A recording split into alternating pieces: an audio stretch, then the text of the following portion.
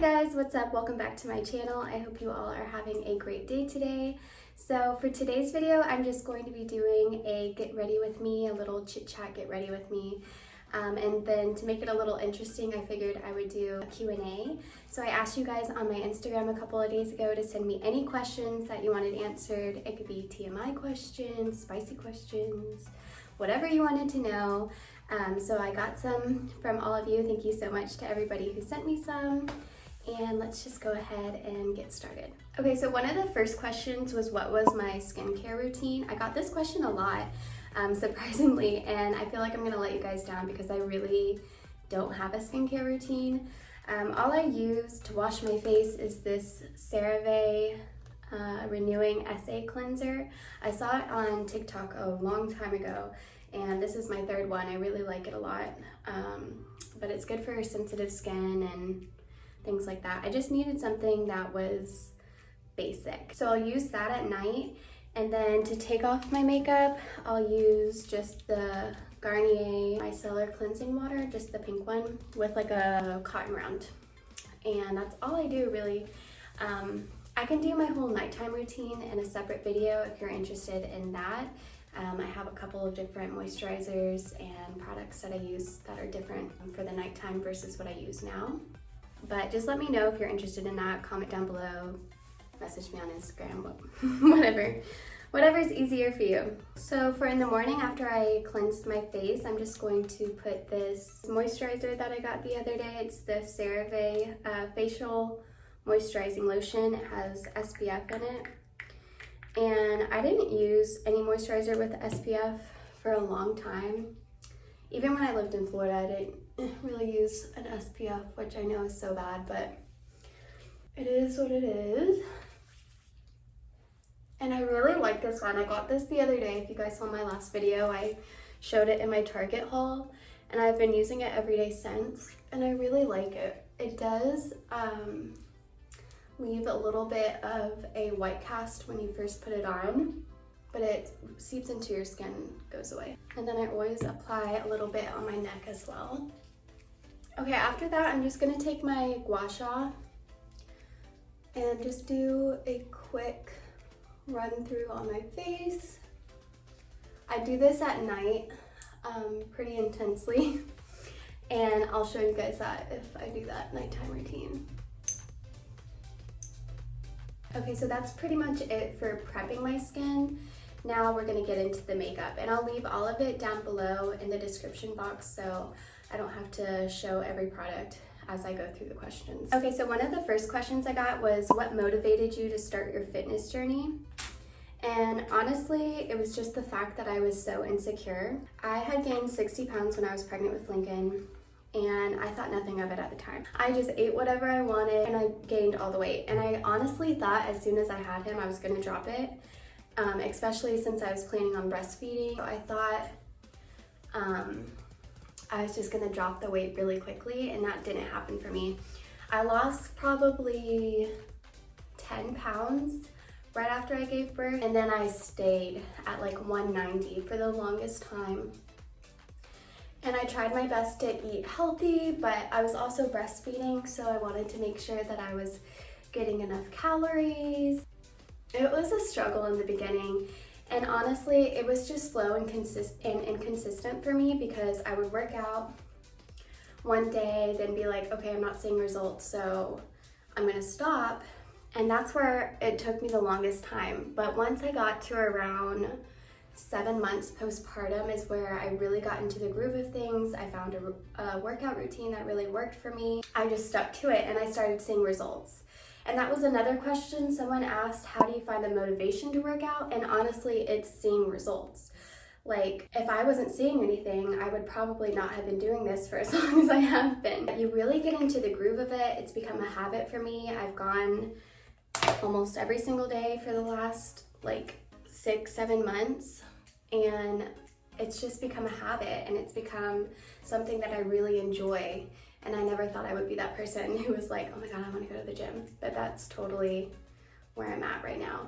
And honestly, if you're a mom, it's a really good break from your babies. I love Lincoln with my whole heart, but I do need that break. My gym has a daycare. I've never taken him to it, but it's a good option for people who don't have help. But yeah, so that's how I find the motivation to work out. I have my list of questions over here because I'm using my phone to record, if you're wondering why I'm reading the questions looking this way.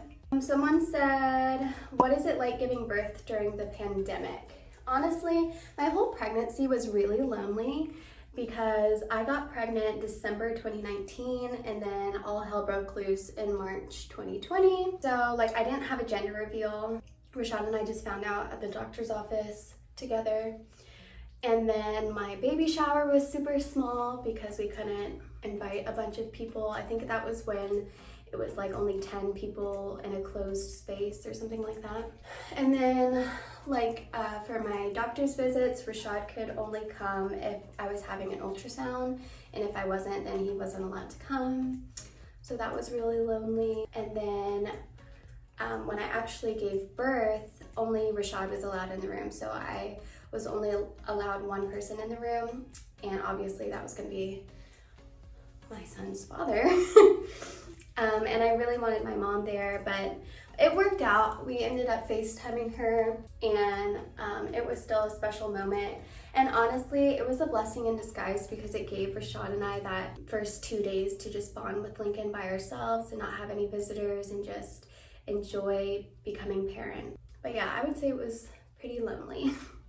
Someone asked, what is the best/hardest parts of being a mom? So I think the best part is watching Lincoln's personality bloom. Honestly, it's just so fun. You created this little human, and then as they're getting older, their personality is starting to develop. You find out what they like and don't like. They just become their own person, and you get to watch like every step of the way. And I think that's so special, and that's probably my favorite part about being a mom. And then the hardest part goes along with that. The hardest part is the attitude. Lincoln is in his early terrible twos. He's not even 2 yet, but he has attitude on him. And that's probably the hardest part, is just feeling like I'm not doing something right, or I could be doing more. It's just mom guilt. I think that's the hardest part. Okay, this was a popular question that a couple people sent me, which was, do waist trainers really work? So I know waist trainers are super controversial. Some people love them, some people hate them. I personally love them. I've been waist training since I was about 15.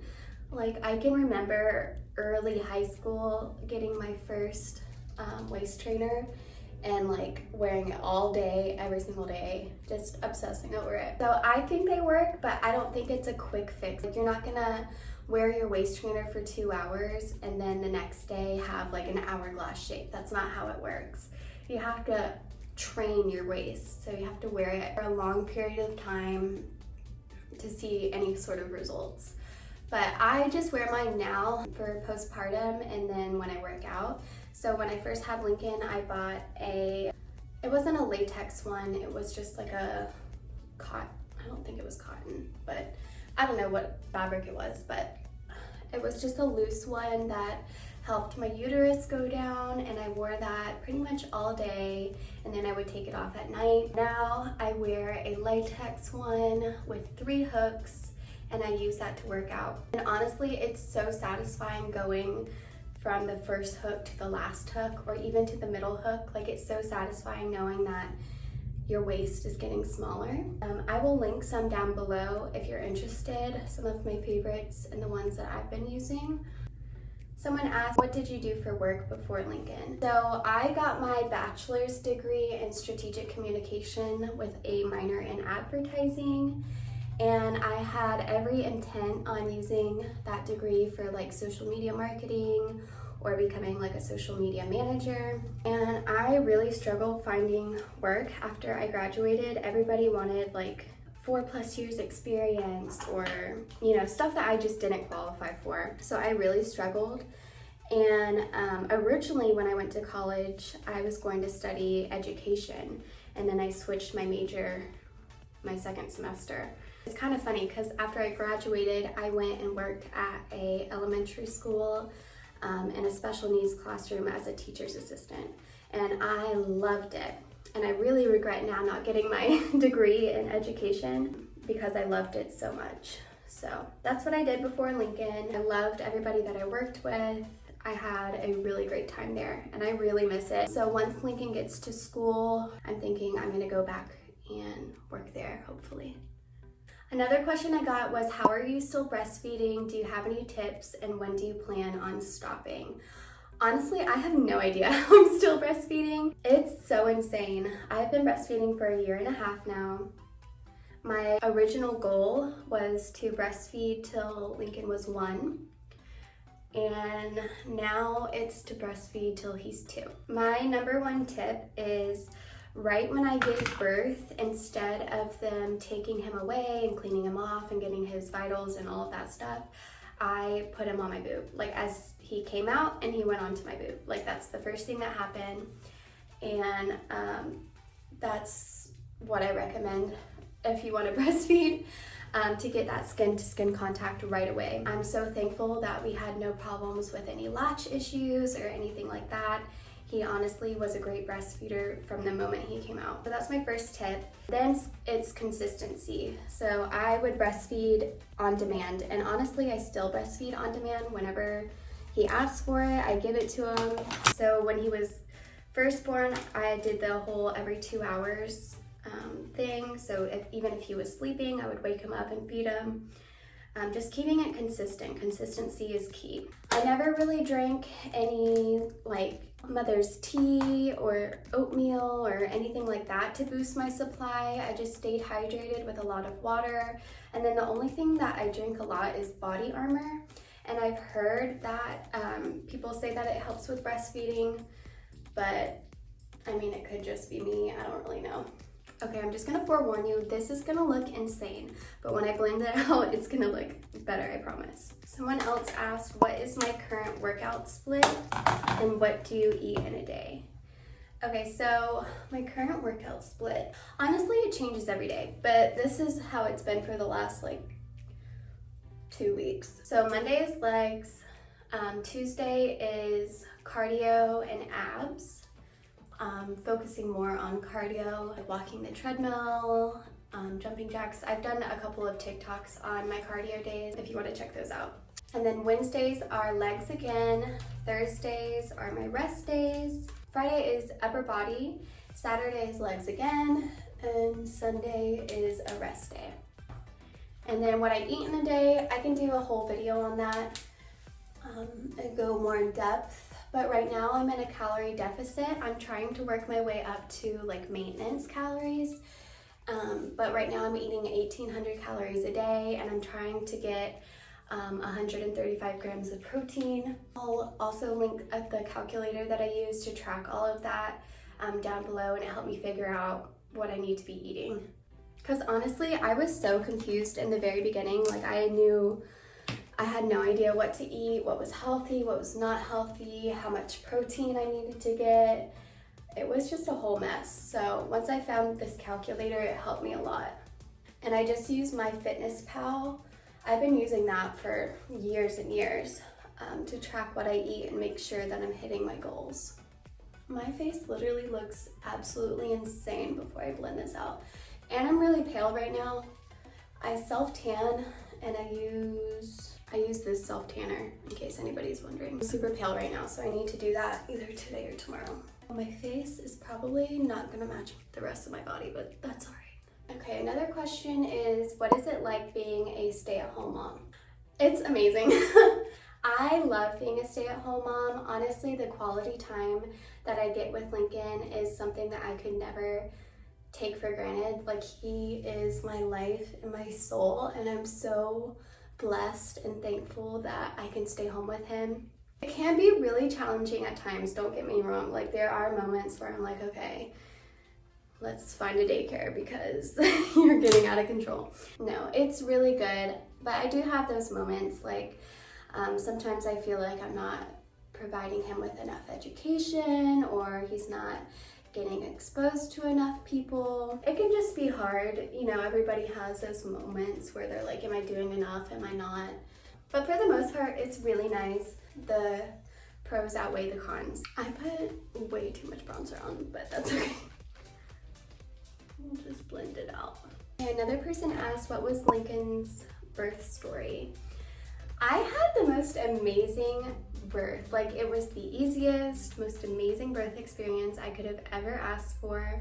And I'm really, really grateful because I know that's not the case for a lot of women. I can do a shortened version of it now because it's pretty long, but basically my water broke at 38 weeks. So we were ready. I'm a really prepared person. Like, I'm a planner, I have everything ready.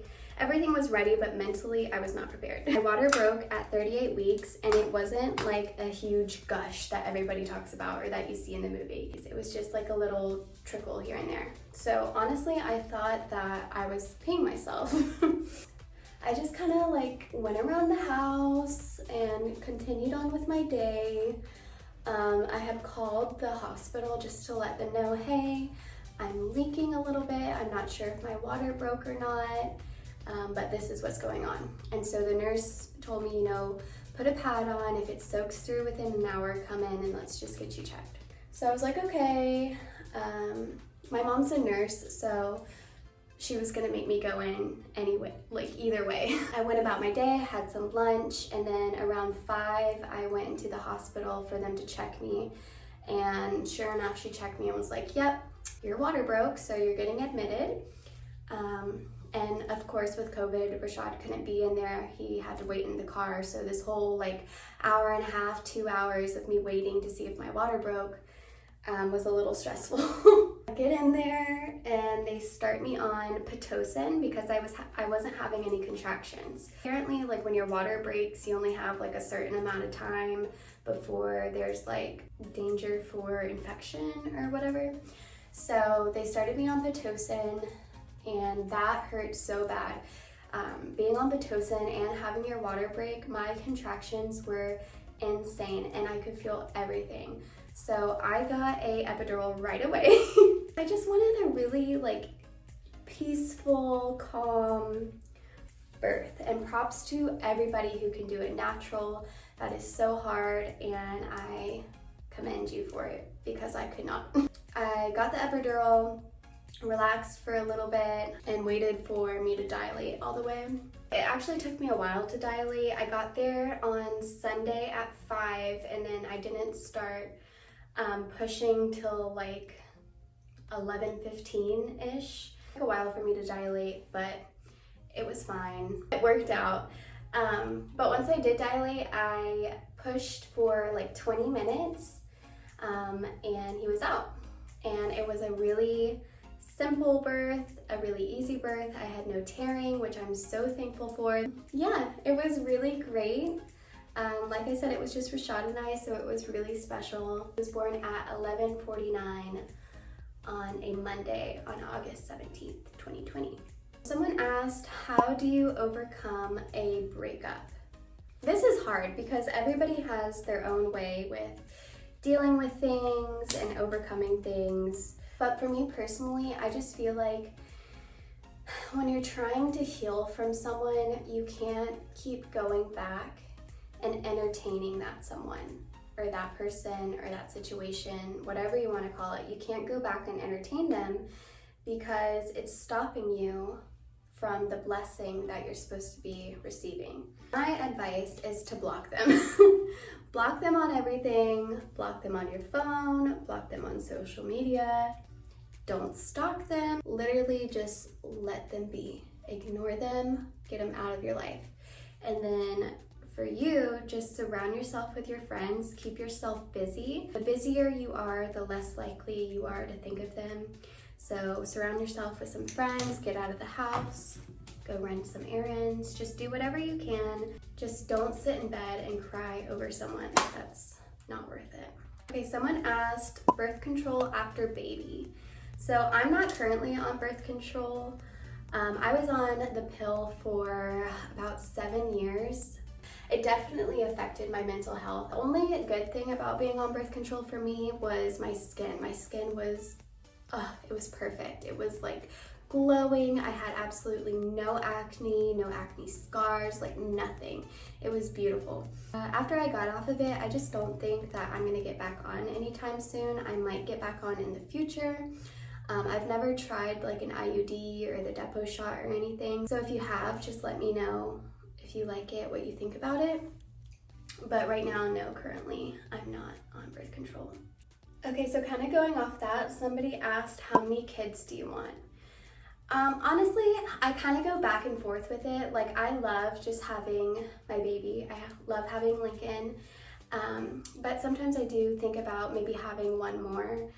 Now, will that happen? I'm not sure. I struggle with the thought of how I could love another baby as much as I love him, because my love for him is just so intense. Like, I just can't fathom loving him just enough, or like the guilt of, will he be sad that mommy's sharing her love with another baby? Like, I don't know. I go back and forth with it a lot. I really wouldn't mind another one though. But for the time being, I'm happy with just my one. Okay, side note, I just got my eyebrows threaded, and does anybody else absolutely hate getting their eyebrows threaded? I would much rather get my eyebrows waxed than threaded because it hurts so bad. I'm literally boohoo crying in the chair. Not literally, but like tears are running down my face because it burns and it just hurts so bad. But the outcome is really nice. Like threading I think shapes your eyebrows better, but waxing just doesn't hurt as much. So you kind of have to pick and choose which one you want. I don't really do anything for eyeshadow. I kind of just take my bronzer and put it all over my eyelid. Lincoln just left with his grandfather. I tried to do this the other day with him and it was a total disaster. Like, I would set it up and then he would come in and it would just be a whole hot mess. So I was like, let me just wait till he's gone to try and do this because I could not focus for the life of me. Okay, so the last question I got was, did you suffer from postpartum depression? I don't think I suffered from postpartum depression necessarily, but I definitely had postpartum anxiety. And looking back now, I can really just tell how extreme it was, but in the moment, like, I didn't even realize that anything was going on. I kind of just thought I had like baby blues. People talk about like, oh, your hormones are so off balance and they're crazy, so you just cry. But I think it was more intense than just baby blues because I had moments where I would just like go crazy over the littlest things. I had the worst anxiety. I had really bad intrusive thoughts of just worrying like, am I gonna drop him? Like, what if someone comes in the middle of the night and gets him? Like, you know, just like silly thoughts looking back now, but when I was going through it, they were real. But yeah, I was very territorial with him, just high anxiety, and I really wish that women talk about it more and it's more of a common thing than something that people look down upon, because so many moms go through it and suffer from it, and my heart goes out to all of you because I know how hard it is and I'm not gonna get upset by it, but yeah, my heart goes out to you if you're suffering. So funny story off of that sad note. One time I was curling my lashes. It was actually right before my brother's wedding, and I'm doing my makeup and I'm curling my lashes, and my eyelash curler cut off my lashes literally like right in the middle.